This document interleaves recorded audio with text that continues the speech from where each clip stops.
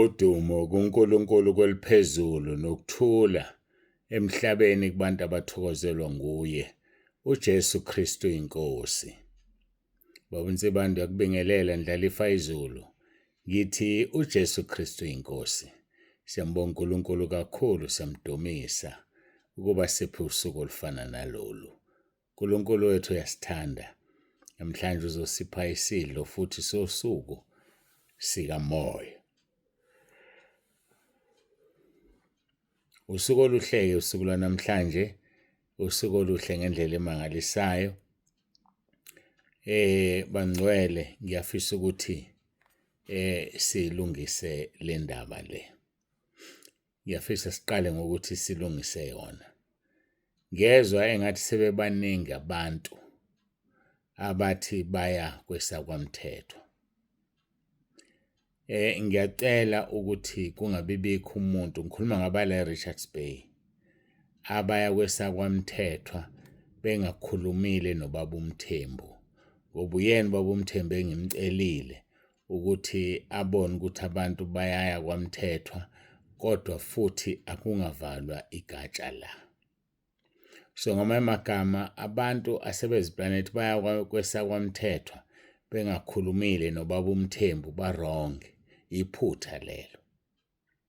Angishongo ukuthi akungakhonzwa ngesonto entabeni eRichards Bay abantu abaye kwesakwamthethwa ngesonto, cha, angishongo njalo. Kangokuba ngasho nje uBaba uMthembu ukuthi ngize ngalinganisa ngemoto engakanani, ngalinganisa nge-7-seater. Sesikhuluma nje sisodwa. Ngiyamangala nje ukuthi sekunabantu abaningi bathi baya kwesakwamthethwa. Ngiyacela bafowethu ake silungiseni leyo nto, siphatheke. Angizange ngivula nje ukuthi uthela wayeka. Ngithe kukhona uBaba uMthembu noBaba uZulu. Ukuthi bona bahamba noma bahambi, angifuni ukungena lapho ngoba phela kufanele kungasali umuntu eRichards Bay ekhaya. So-ke ngiyacela nokuthi-ke akekho ozoya laphaya engabatshelile noma oqhamuka kuphi kuyariphotwa khona ukuze phela bakwazi ukulungisa. Singavele siqhamuka sesingamakhulu nje amaningi kanti asilindelwe sibaningi kanjalo. Ngiyabonga kakhulu kube ngithi angilungise lento ngoba ingenzeka iphume esandleni.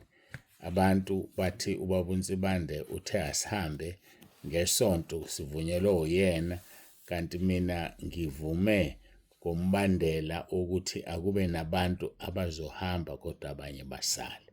Siyambonga kakhulu uNkulunkulu, siyamdumisa.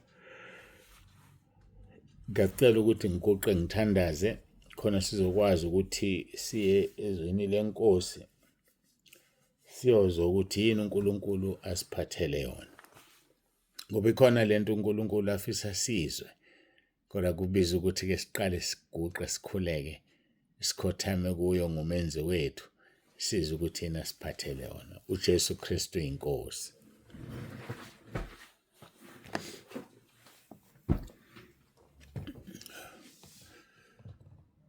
Baba ongcwele, Baba olungileyo, uNkulunkulu wethu onomusa, siyabonga usuku osiphe lona, siyakudumisa ngendlela emangalisayo. Siyacela Nkosi ube kanye nathi namanje, usifihle edwaleni linguwe, ukhulume Nkosi uzambule. Ngiyakhuleka ngegama elinamandla lenkosi yethu uJesu Kristu ophilayo. Moya ongcwele, take over, thatha nansi inkonzo sinikela kuwena.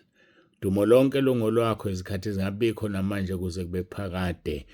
uJesu Kristu inkosi. uJesu Kristu inkosi. uJesu Kristu inkosi. Amen.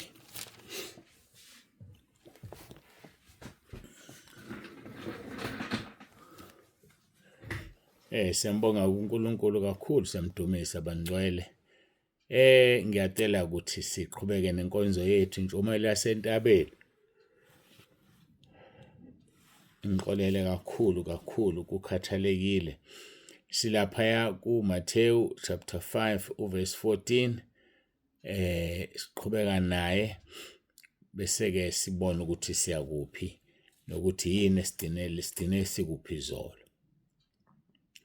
2 verse 14 nina ninkukhanya kwezwe umuzi wakhe entabeni ungesitheke nomuntu kasokhela isibane sibeke phansi kwesitsha kodwa usifaka othini khona siyakubakhanyisela bonke abasendlini kanjalo makukhanya ukukhanya kwenu phambi kwabantu ukuba babone imisebenzi emihle badumise uyihlo osezulwini kanjalo makukhanya ukukhanya kwenu siye sesibuka ke uLuka chapter 8 siqala lapha ya ku verse 16 othakakho othi esokhela isibane asimboze ngesitsha nokuba asibeke phansi kombhede kepha usifaka othini ukuze abangenayo babone ukukhanya verse number 17 ukuba kukho okusithekileyo ongayo kuhlaluka nokuyisifubo ongayo kwaziwa kube sobala ngakho ke anobheka ukuba nizwa kanjani ukuba yilona loyo onakho uyakuphiwa kepha lowo ongenakho uyakwamuka nalokho athi unakho sibe sesidlulela ke ngale encwadini kaIsaya sibe sesidlulela encwadini kaIsaya 42 siyabuka kusukela ku verse 5 usho kanje uNkulunkulu uJehova wadala izulu waleneka Noah wendlala umhlaba nokuvela kuwo nowanika abantu abakuphefumula nomoya kwabahamba kuwo uthi mina Jehova ngikubizile ngokulunga ngiyakubamba isandla sakho ngikugcine ngikubeke ube isivumelwano sabantu nokukhanya kwabezizwe usibekile ke sibe ukukhanya usibekile saba isivumelwano sabantu sibe ukukhanya kwabezizwe siqhubeka lapho kubesidine lapha izolo siya ku verse number 7 ukuze uvula amehlo ezimpumputhe ukhipha iziboshwa etilongweni nabahlezi bomnyameni etilongweni uNkulunkulu ke uthi mina Jehova ngikubizile ngokulunga ngiyakubamba ngesandla sakho ngikugcine uthi wayesesibeka saba isivumelwano sabantu wasibeka saba ukukhanya kwabezizwe ukuze sivule amehlo izimpompothe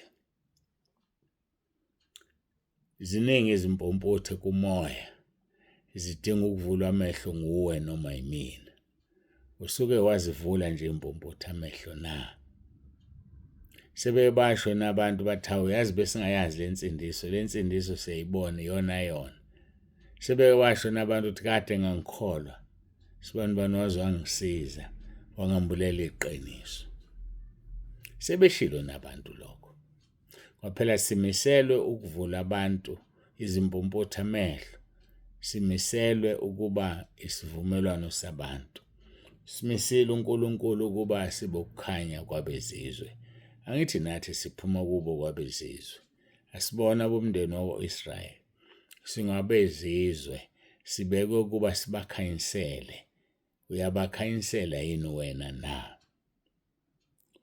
amehlo ezimpompothe kufanele siwavule kufanele umuntu asho athi ayi bengingakwazi lokho hayi ngiyafunda sengifundile ekhaya lezwi ngoba ekhaya lezwi siyafundiswa baningi abasho njalo okungukuthi from ohlangothini lobuholi kuyenzeka ohlangothini lwakho ke wena njengomntwana kaNkuluNkulu njengelunga lasekhaya lezwi nelungu lasentabeni bayavuleka enabantu amehlo na abe bengaboni sebebona kangcono yini emva kokuhlangana nawe khumbula uNkulunkulu ukhethile wakubeka ukube ube isivumelwano sabantu wakubeka kube ukukhanya kwabezizwe uyawenza yini umsebenzi wakho na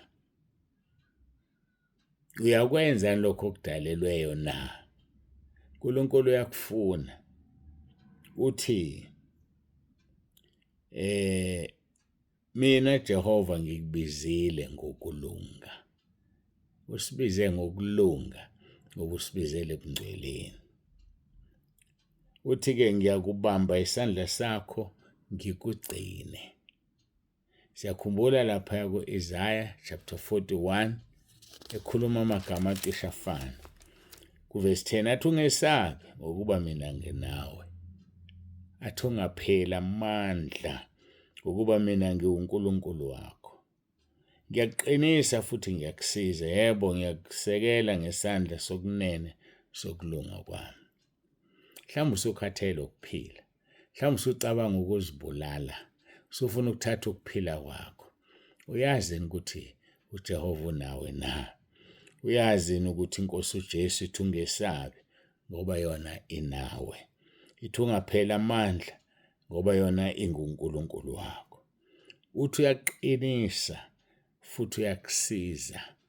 Uyikho konke, uyasiqinisa endleleni yethu. Uyasisiza abopha amadolo axegayo. Uthi uyasisekela ngesandla sokunene sakhe sokulunga. Athi kuvesi 13 ngokuba yimina uJehova uNkulunkulu wakho ubamba isandla sakho sokunene nothi kuwe ungesabi mina ngiyakusiza. Isaiah 41 loyo. Kodwa singapha ku-42 othi-ke manje ukuze uvule amehlo izimpumputhe ukhiphe iziboshwa etilongweni. Baboshiwe abantu mabakhululwe. Kwathi ngakhumbula indaba kaPawuli noSila beboshiwe bemdumisa uNkulunkulu phakathi kwamabili.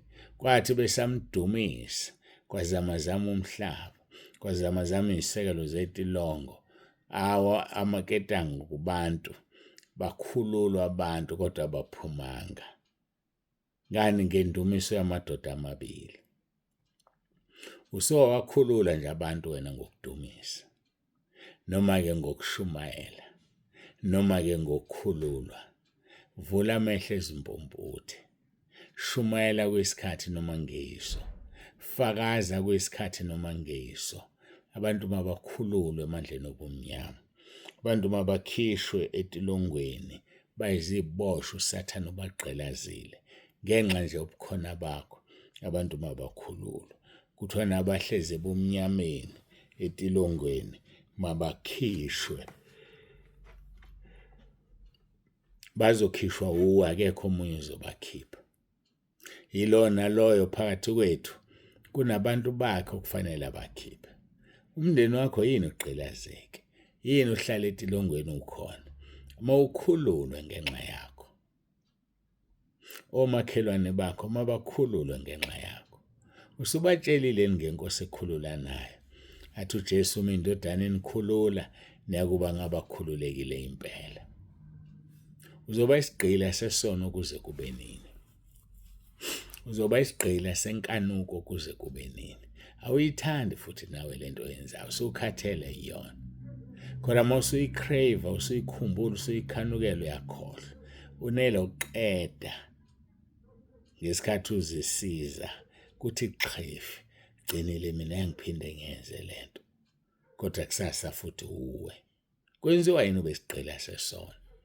Uthi uJesu uma ngimkhulula umuntu uba ngokhululekile impela. Uthi niyakulazi iqiniso, neqiniso liyakunikhulula. Woza eqinisweni, woza kuJesu. Uthi uyindlela neqiniso nokuphila. Uthi akekho ozoya kuyise kuphela uzohamba ngaye. Woza kuJesu mntaka baba. Uzothola ukukhululeka, uzothola ukuphumula, uzogona ngezandla zakhe. Usukhathele wena ngiyabona. Sondela kuJesu. Nawe ongakhathele, khulula abantu etilongweni. Mabakhululwe omakhelwane bakho. Mabakhululwe abangani bakho. Bayamazi uJesu omkhonzayo. Usuke wakhuluma ngaye na? Khuluma ngoJesu. Bahlezi bomnyameni abantu abazana nawe. Basetilongweni abantu abathintana nawe. Kodwa wena uhlaba inhlali, awukhulumi, uthule. Hayi bafowethu, asikhulumeni ngalo Jesu. Akube umlilo ovalele emathanjeni ethu esingakwazi ukugcina. Masikhulumeni ngalo Jesu. Uthi mina Jehova ngikubizile ngokulunga. ngiyakubamba isandla sakho ngikugcine. Bafowethu sigciniwe. Ngikubeke ube isivumelwano sabantu nokukhanya kwabezizwe. Bafowethu asikhanyeni. Singukukhanya kwezwe. Kulezi insukwana ezidlule besithi ngingusawoti womhlaba. Umhlaba ngaphandle kwakho awulutho. Umhlaba ngaphandle kwekholwa elikhonza uJesu awulutho. Nanokuthi akakafiki ongenamthetho uvinjwe ukuthi ibandla likakasuki. Ngendlela elinamandla ngayo makwasuka ibandla ongenamthetho uzovela. Ake sivule-ke amehlo impumputhe. Ake sikhiphe iziboshwa etilongweni. Sikhiphe abahlezi bomnyameni etilongweni. uJesu uyabafuna. uJesu uyabafuna. Sizoqhubeka-ke no chapter 8 kaLuka. Okwamanje siyambonga uNkulunkulu kakhulu. Hlala kuyo ungasuki. Hlala kuyo umkhonze ngoba uzofika noma yinini. Abahlezi kuyo uzobathatha. Abahlezi kuyo uzobahlwitha makuhlwithwa ibandla. Uma thina singekho, uma mina nawe singekho kuye, sizosala. And mase sisele sozama ukuyibulala sithi siyalandela. Kanti ukufa kuzobe sekususiwe okwesikhashana. Ngakho-ke bangcwele, ake simkhonzeni uNkulunkulu wethu. Uyasithanda. Ngiyanithanda nami nonke kuzo zonke indawo lapho nikhona. Hlalane kuJesu. Amazwi akhe ahlale kini. Khona noceleni ekuthandayo nizokwenzelwa. John chapter 15 verse 7. Hlalane kuye. Hlalane emvinini. Nina ningamagatsha. Uma igatsha lingaxhumile emvinini anikwazi ukwenza lutho. Yena ungumvino uwona. Thina singamagatsha. Igatsha elikuye lingatheli izithelo. Uzolihlunga aliphonse emlilweni. Uthela izithelo na. Siyambonga uNkulunkulu wethu kakhulu, siyamdumisa abangcwele.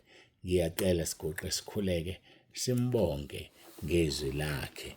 Simbonge simdumise. Ngiyabonga ukuthi niyangiculela le ngoma yami yavuka nje manje elithi mbonge mbonge.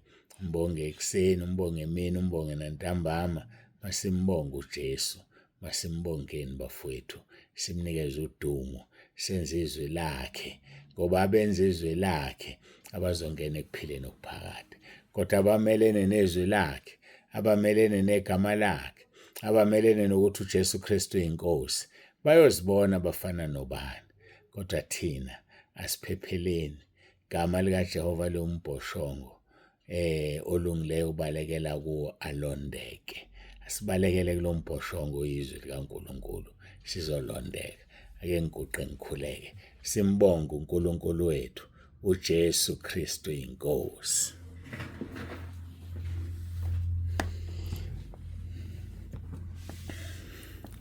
Babongcwele, babolungileyo, uNkulunkulu wethu nomusa, siyabonga ngale nkonzo, siyakudumisa. Busisa bonke abayilalele ukuba Nkosi silizwe izwi lakho silenze. Udumo lonke lungolwakho lukufanele. uJesu Kristu inkosi. uJesu Kristu inkosi. uJesu Kristu inkosi. Amen.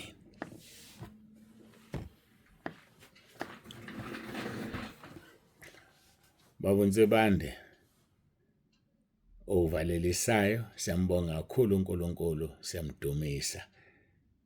Hlala kuyo ungasuki. uJesu Kristu inkosi. uJesu Kristu inkosi. uJesu Kristu inkosi. Babonze bantu siyavalelisa.